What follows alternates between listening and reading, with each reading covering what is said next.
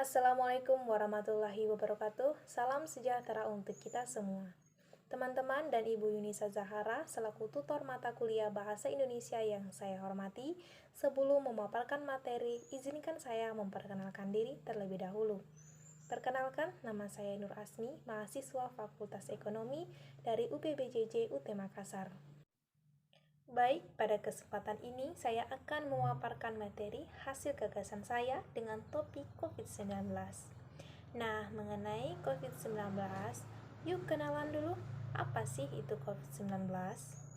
Jadi teman-teman, Coronavirus Disease 2019 atau biasa disingkat COVID-19 adalah penyakit menular yang disebabkan oleh SARS-CoV-2, salah satu jenis coronavirus.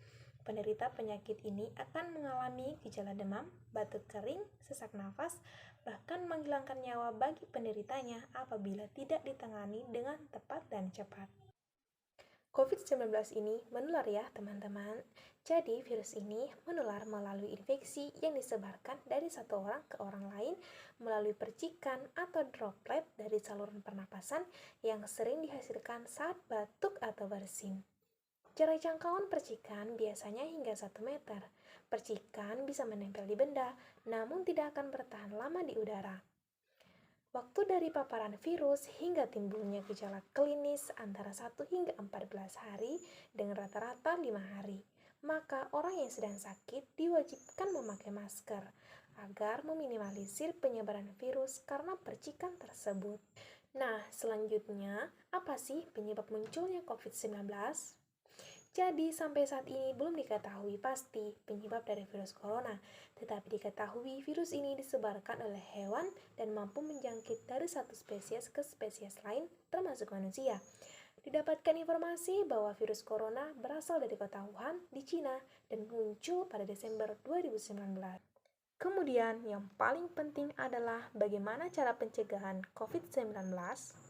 Tindakan pencegahan untuk mengurangi kemungkinan infeksi yaitu dengan cara menerapkan protokol kesehatan seperti melakukan vaksin, memakai masker saat keluar rumah dan ganti masker secara berkala, sering mencuci tangan, memakan makanan bergizi dan berolahraga, menetapkan etika batuk dan bersin dengan cara menutup mulut dan hidung, dan segera hubungi hotline jika Anda mengalami gejala dan memiliki riwayat bepergian ke negara yang terjangkit.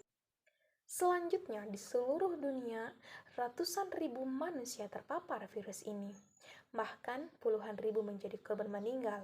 Tercatat negara-negara yang sempat memiliki kasus tertinggi terpapar virus COVID-19 adalah Italia, Tiongkok, Spanyol, Amerika Serikat, dan Iran dengan tingkat kematian mencapai ribuan orang.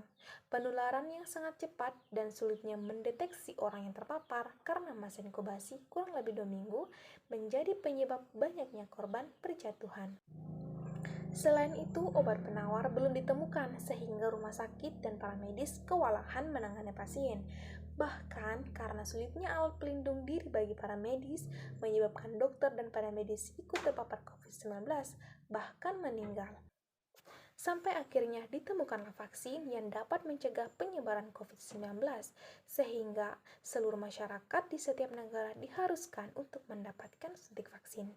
Rumitnya penanganan wabah ini membuat para pemimpin dunia menerapkan kebijakan social distancing yang super ketat untuk memutus mata rantai penyebaran COVID-19.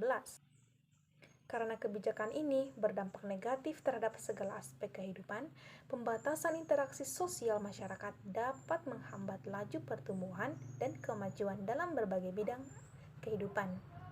Namun, tidak ada pilihan lain karena inilah yang paling efektif. Dan pembahasan kita yang terakhir adalah dampak negatif COVID-19 terhadap aspek kehidupan di bidang ekonomi dan pendidikan.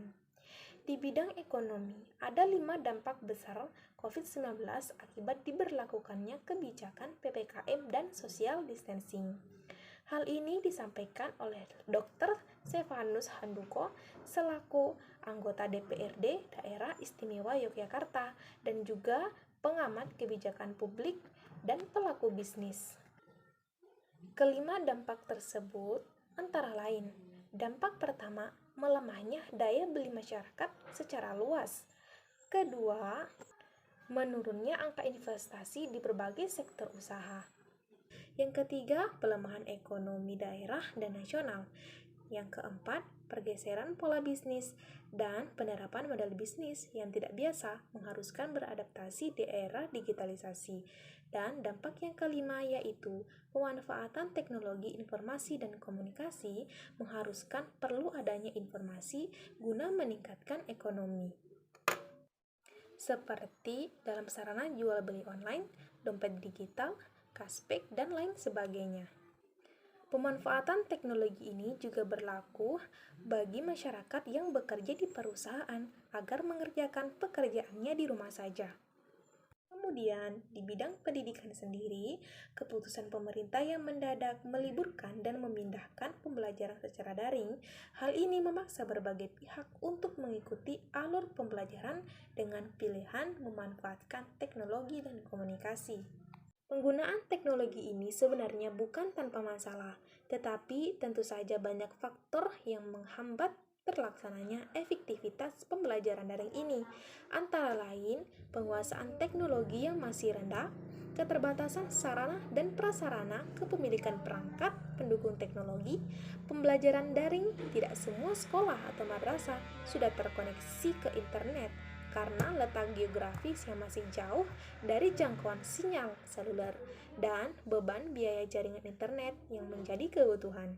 Perkembangan zaman akan menuntut perubahan peradaban dan hal ini akan berdampak pada metode pembelajaran yang sudah biasa dilakukan.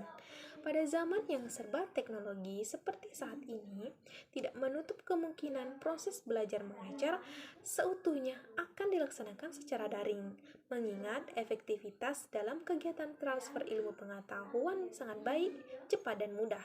Perubahan peradaban dan metode ini menuntut stakeholder pendidikan untuk mempersiapkan diri dalam mengikuti perkembangan zaman seperti saat ini.